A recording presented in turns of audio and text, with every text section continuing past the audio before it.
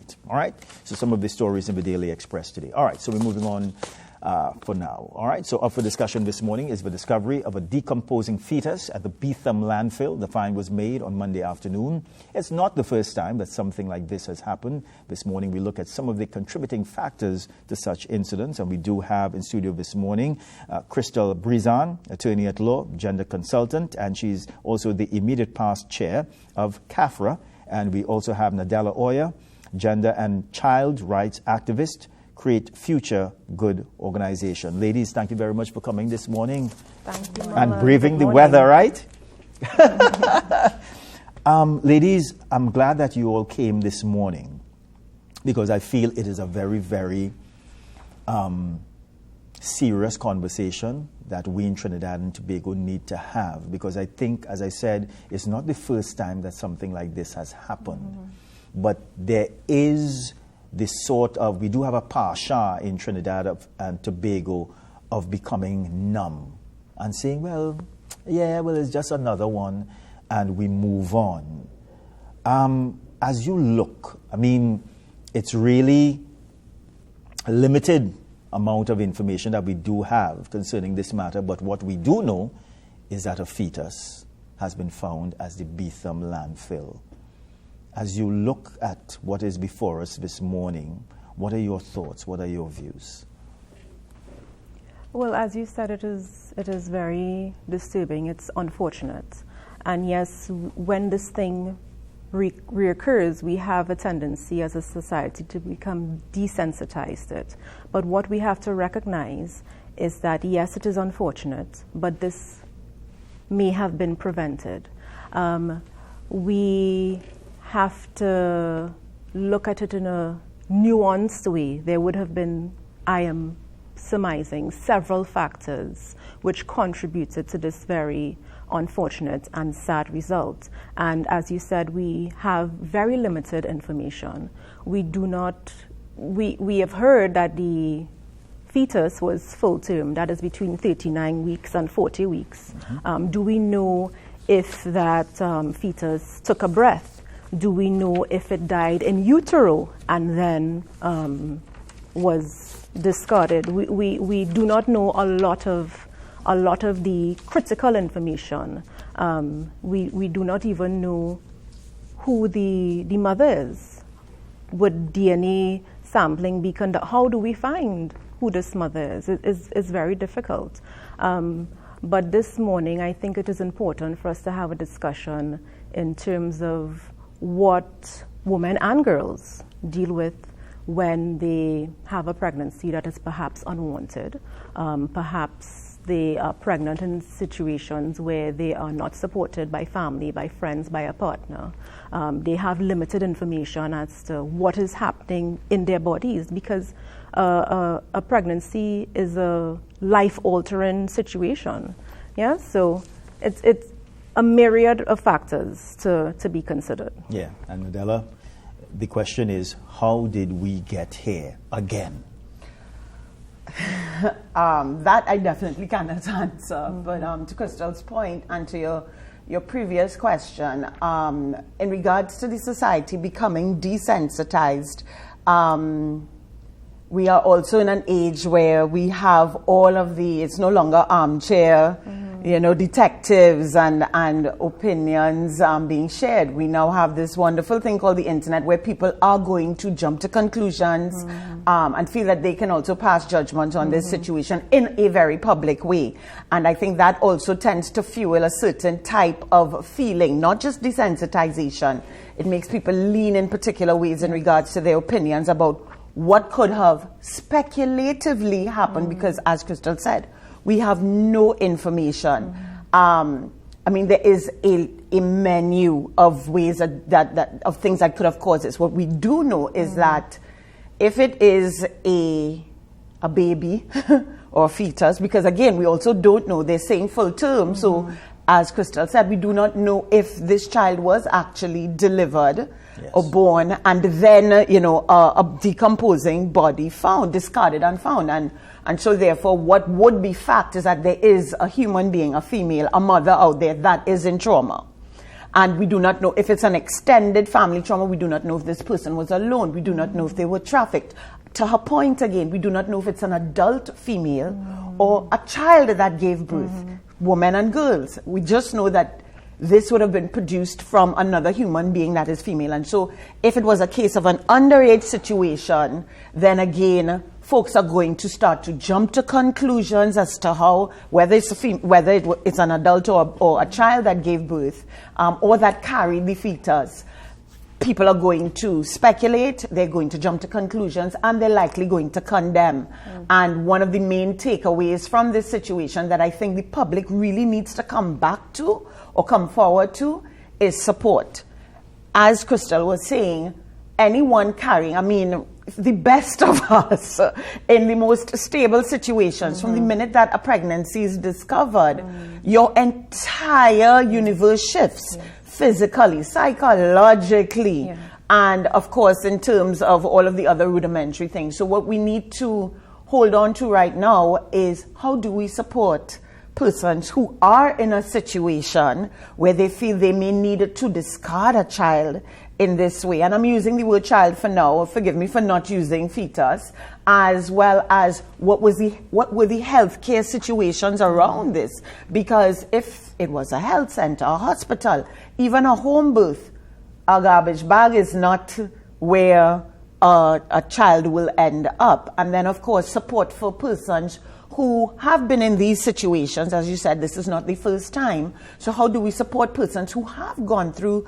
situations where these factors have pointed to a child being discarded in a garbage bag, and who knows where else, and then to end up in the Beetham dump? I mean, that's where we really need to look at, how do we support folks that are carrying and folks who have carried a child and have ended up where it pointed to discarding the child.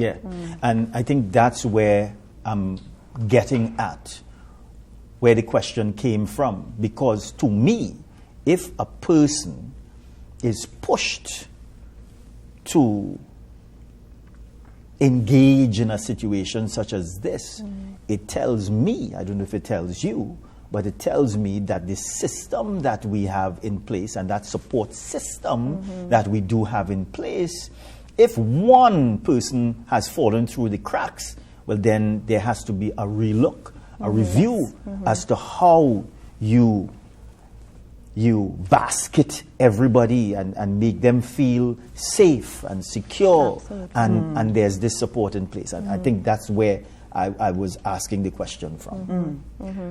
I mean, Crystal, in terms of the support systems that we do have in place, first off, a pregnancy is not a sudden thing. Yes. So there is going to be an ecosystem of persons around this individual. We hope, this individual, unless they are being kept from others, because that's also another thing that we deal with in the domestic violence, intimate partner violence, counter trafficking sectors. You have persons that can be isolated where that pregnancy is not known to anyone. But again, the mother would have been part of a family. The mother would have been part of a circle of persons, even if it is again, pure speculation. But even if the mother would have been known to others at some point. And so this is where we would implore our public, the same desensitized or potentially desensitized public that we're talking about, to really own our Trinidadian and Tobagonianness, and this is where you start to mind people business and to macro and to ask questions in the right way, in a healthy way that allows for us to keep track of persons, to check in on persons. If it were you, Marlon, or it was Crystal, and I haven't seen you for 9 months, I had to ask somebody a question. If it is that there were people around her, again, questions need to be asked, because if you have carried to full term and then there is no baby, somebody's supposed to be asking a question. Somebody's supposed to be noticing a mother or a woman who has swollen breasts may be lactating and no baby to show for it. So again, there's still that window that we can ask questions. If there are persons out there, and again, I'm not sending anybody on a hunt, but again, ask questions to know that you are checking in on someone to help prevent, because this is an act of violence. This is an act of neglect, and this goes against all of the human rights conventions and child rights conventions that Trinidad and Tobago has signed on to. And so our nurses, our social workers who would have encountered this woman at some point, we hope, providing she was not isolated, they're the ones that have to ask questions. Where Jessie? Where Sarah? Where Mary? What happened? Where's the baby? And because the mother would still need care, providing, again, speculation, the mother is still alive. Right. But I was going to say, I wanted to expand on Oya's point in relation to prevention. All of this could have been prevented. We have to take a serious relook at the health and family life education curriculum in this country. We have to implement age-appropriate, comprehensive sexuality education. In my experience with youth, when you start to talk to a teenager about sex, their opinions have already been formed. The misinformation and the disinformation has already taken root. This should have started years before then, because you have a situation where young women are unable to negotiate in a sexual relationship. They find it hard to exercise sexual agency, and that may be in the form of, okay, I want to be on some form of contraception, I want to use condoms, whether that's male condoms or female condoms if they are allergic, if their partner is allergic, STIs, etc. Again, for both boys and girls, how do we regulate our emotions? How do we deal with stress? Who do we speak to? What are our outlets? These are all areas that HFLE, as well as comprehensive sexuality education, would assist our young persons and hopefully act as a stopgap to prevent these things from happening. I am in full support of what, listen, right now this is my spirit animal here, because the health and family life education curricula, which exists, which is 19 years old, I can tell, I know, because it was developed and finalized in 2006. It was clearly developed before that. And I could always pin it to the age of my daughter, who is 19 years old, and not a child anymore. If it is health and family life education had been taught to her and to my son, who's 21, since they were in primary school, because there is HFLE at the primary school level and the secondary school level. If it is taught in a comprehensive way, as Crystal is saying, it means that as we grow into adults, we are carrying information that we own, not something that we learn at 18. Because at one point, the HFLE was said to, there were aspects, the gender-based violence aspect, which was updated by the IGDS in UE, during the Spotlight Initiative in the last few years, was rejected. The gender-based violence component of the HFLE was not confirmed, simply because there was a notion that we cannot teach children about consent. But the concept of consent goes beyond sexual interactions. If it is, I would like to use your jacket, Marlon, I had to ask you, I can't just come and take it off of you and put it on and walk down the road. So there is a level of understanding that these, as Crystal is saying, if we teach it to our children, they are going to carry that information into adulthood. And as she said, we are negotiating sexual situations in our teenage years, sometimes in adolescence. And so if it is we're able to do that, then in terms of prevention, that's listen, that is Trinidad and Tobago's and the Caribbean's, because it is a curricula that is approved by CARICOM. If it is that we can start with the children, then it means that as we navigate adolescence, teenagehood, adulthood, we are carrying information that can help prevent. But again, we're also looking at what are the current support systems. And I mean, if it's one thing that I would implore the public, support. You have to find ways to relax the condemnation and the criticism and whatnot, and the old talk. But if it is you are going to old talk and go into a whole Hasikara mode, do it for supporting the persons, because there are right now, there are teenage girls, there are adult women who are likely in pregnancies that they may not want the child after they might carry the child to full term, and there are absolute avenues where that can also be addressed. There are many families that are trying to adopt. There's a foster care, child protection, and an adoption unit at the Children's Authority.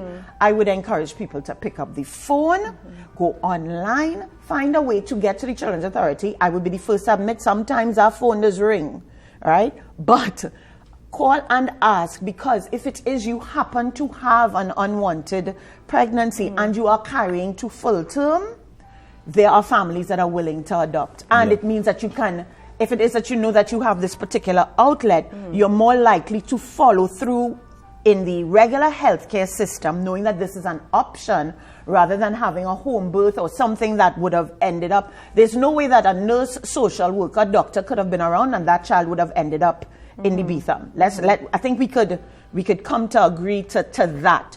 But if it is that a child is not wanted, there are avenues where adoption, foster care, even kinship. People don't know a lot about kinship, foster care, and adoption. If we are cousins, if we are sisters, and I am carrying a baby to full term and I cannot take care of this child, Crystal, as my sister, as my cousin, as my mother, as my aunt, can get support from the Children's Authority to care for my child. And that's the other thing that people may not be aware of. So definitely avail yourself of relevant and correct information, because again, we have a tendency to share things that may not be accurate. But share information, seek out the accurate information, and then definitely in terms of prevention, if it is that there are persons carrying unwanted pregnancies, carrying they don't want their child, if it's one thing they can take away this morning, there is an absolute avenue so that your child does not end up in the Beetham dump. No one needs that. I think public awareness is also crucial, because while we may know that these resources exist, the wider population may not be aware.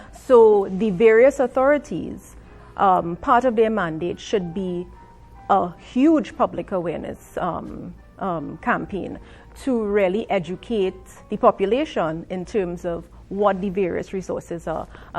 The social safety net. What are your resources under that particular social safety net? Oya mentioned Children's Authority in terms of adoption, kinship, adoption, etc. Yes, there are those avenues. But what about mental health?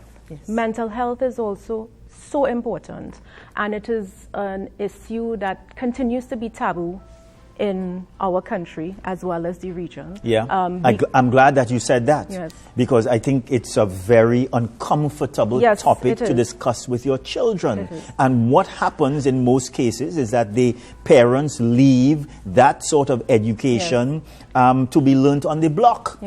But you see, the parents themselves may not even know how to articulate that particular position, may not be aware of how to guide their children in relation to mental health, because they themselves may view it as you said, a very uncomfortable topic. They may not know where to point their child to, speak about their feelings, because they themselves internalize their feelings and cannot articulate it. And they themselves have problems regulating their own emotions. So how can they instruct their child? So mental health is a crucial aspect, and it needs to be you have to really, the cloud around mental health has to, go away, because it is really very important. And the other, of course, uncomfortable conversation is around sexual and reproductive health. And let's imagine that there was a situation where this was not a consensual situation. It was rape, it was whatever it might have been. and even if it was consensual amongst adolescents, which as we know is against the law, we still have to look at this is the time that a human body is developing, your mind is developing, and a lot of the times when something happens, of course, we're encouraged to report it to the police, to go to the school social worker, the guidance counselor, and again, there's an ecosystem of persons that are supposed to be there to help.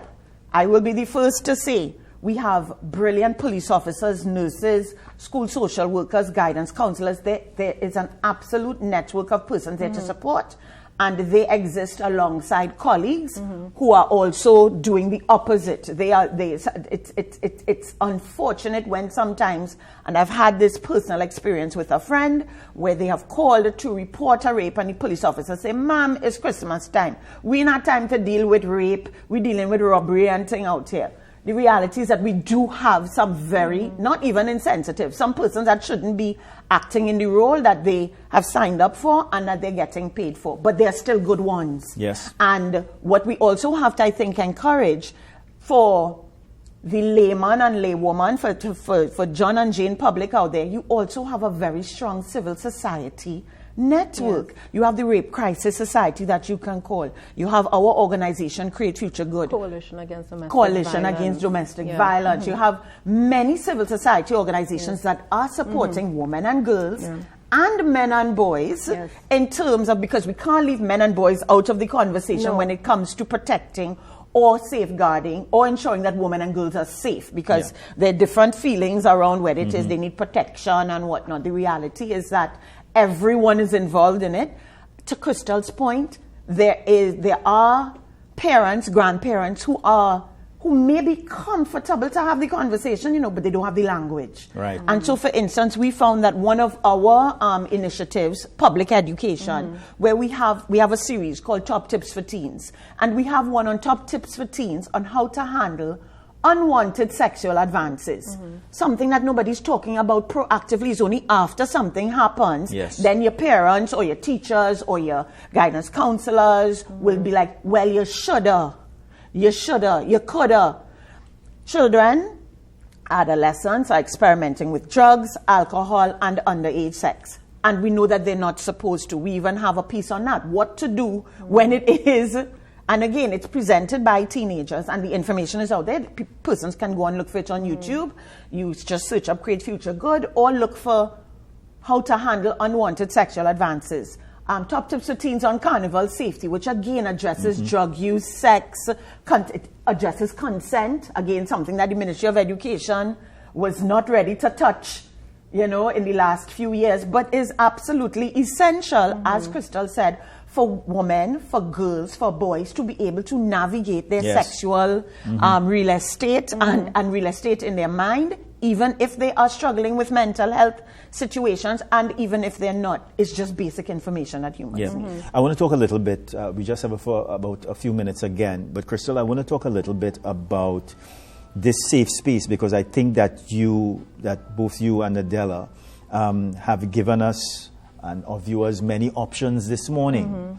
But you also raised a point about education, in that an individual may not even know that they would have committed a wrong by dumping a baby at a landfill. Yes, that education is key. And I see education as a proactive way of dealing with these situations. We as a society tend to be very reactive, right? So I really want to go back to the health and family life education. And in terms of my experience, a few years ago, the organization that I worked with, we had this health and family life education quiz, because we recognized that there was a gap in terms of the uptake of the HFLE curricula at schools. Yes. So we targeted police youth clubs, because the bureaucracy to go through the Ministry of Education is a lot. So we went through the police youth clubs, and these targeted, this quiz targeted children ages 12 to 15. We spoke about, it covered issues such as STIs, contraception, sexual rights, reproductive health and rights, navigating relationships, how to process emotions, all of those things. And parents came with their children to prep for these quizzes. And the parents themselves, you can see as they were looking at the booklets and conversing with their children, that this was new information for them. Yep. Right? And the children, this obviously was new information for them. Or they would say, oh, miss, I didn't know that this was an STI because my friend told me that was not an... So there's a lot of misinformation, disinformation that we have to combat in society. And I believe that if we were to look at it in terms of all our social issues, there must be a multi-sectoral approach. It cannot be, a black and white thing. This is a nuanced discussion. We have to have a nuanced approach to these societal issues. And I believe that if we were really to dissipate that cloud around sexuality, around mental health, around reproductive rights, which obviously includes pregnancy, we would be better off as a society if we just talk about these things openly. Yeah. Nadella, I just have about 1 minute again. I give you the final comment. I'm going to throw it to TV6. I mean, you all have actually championed over the last 15 years, showing... granted, is in between when, there's rain in cricket and whatnot, but you all have actually very proactively shown a lot of information that little snippets that Create Future Good has produced around what good touch, bad touch, right. Good secret, bad secret. Yeah. You all have been championing that, and I can say for 15 years, I remember within the first 4 years, between 2010 and 2014, we were able to see an uptake with primary school children being able to articulate on good touches and bad touches. This is long before the internet was what it is right now. Yeah. So again, the power of media, as Crystal said, public education campaigns absolutely work. Awareness, sometimes people just don't have the information. So just giving them the information allows them to become aware, to have a change in attitude because they have a change in thinking now, and then that leads to a change in behavior, which is what we're looking for. We are looking to have norms changed. We're looking for women to view their bodies in a particular way and have agency over that. We're looking for men to understand that this person has agency over their body. I need to listen. I need to follow the guidance that they're giving me. Yes, no. They have no other meaning besides yes and no. And a yes can change to a no. Consent can be withdrawn in the middle of an act. Again, things that little girls, little boys don't know. So the long and short of it is that media houses, general public, there's the internet, there's all sorts of avenues that you can get information, but sometimes that information needs to reach us where we are. And so I would encourage all media houses and again encourage CCN to keep pushing information. If people want to get more information right now, I would encourage them to WhatsApp Create Future Good or to call 748-9488. If you're not in Trinidad and Tobago and this is reaching you, there's an 868 before it. 748-9488. Go online, look for Create Future Good. There are tons of videos on how to help someone report an issue. What is incest and how to deal with incest, signs of sexual assault, and how to be a very good bystander to a situation in order to help someone who's in need. Ladies, thank you very much for coming down this morning. And I say that because of the weather, but thank you for coming and engaging in this discussion, because I think it is a very important conversation that always has to be on the front burner. So again, thank you very much, and thank you for the good work that your organizations continue to do in Trinidad and Tobago. Thank you for having us. Thank you.